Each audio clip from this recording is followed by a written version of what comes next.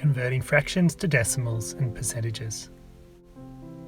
We're going to start by looking at a sum that we already know of how to convert half to a decimal. We all know that half equals 0.5 when it's written as a decimal.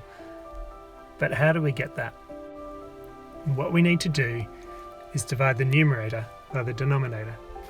The numerator in 1/2 is 1, the denominator is 2. So we use the skills we've just developed in dividing decimals to do this. 2's into 1 goes 0.5 times.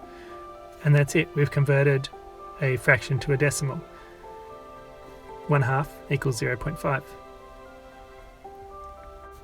Now another example, if we wanted to convert 3/4 to a decimal, we'd need to divide 3 by 4. This is what it looks like when we divide 3 by 4. 3/4 as a decimal is 0.75. Now we'll look at changing that decimal that we've just made to a percentage. And all we need to do is multiply it by 100. Percent actually means per 100.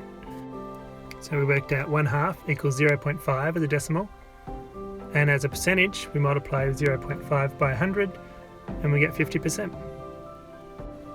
We also worked out that 3/4 equals 0.75 as a decimal, and when we multiply 0.75 by 100 it equals 75%. So if on a spelling test you got 7 out of 10, then to work out the percentage of your test result, you change it to a decimal. 7 out of 10 equals 0.7, and 0.7 equals 70%. We'll look at one more example, slightly trickier this time. If you got 21 out of 25 on a spelling test, what percentage did you get?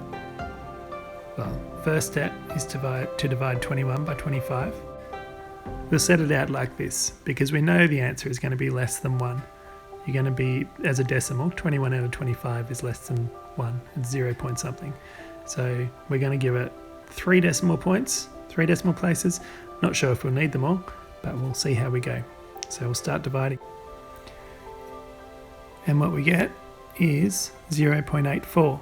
So 25 into 21 doesn't go, so 25 into 210 goes 8 times. 8 lots of 25 is 200. We subtract that down, we get 10, we drop down the 0, and then our next sum is how many 25s are there in 100. The answer is exactly 4. So our answer there, 25 as a decimal, 21 out of 25 as a decimal is 0.84. And what is that as a percentage? Simply multiply by 100, move that decimal point 2 spots to the right, and we get 84%. So if you get 21 out of 25 in a test someday, you know that that's going to be 84%. To see how well you understand that, you can hop onto Essential Assessment and try the My Numeracy task on converting fractions to decimals and percentages. Good luck!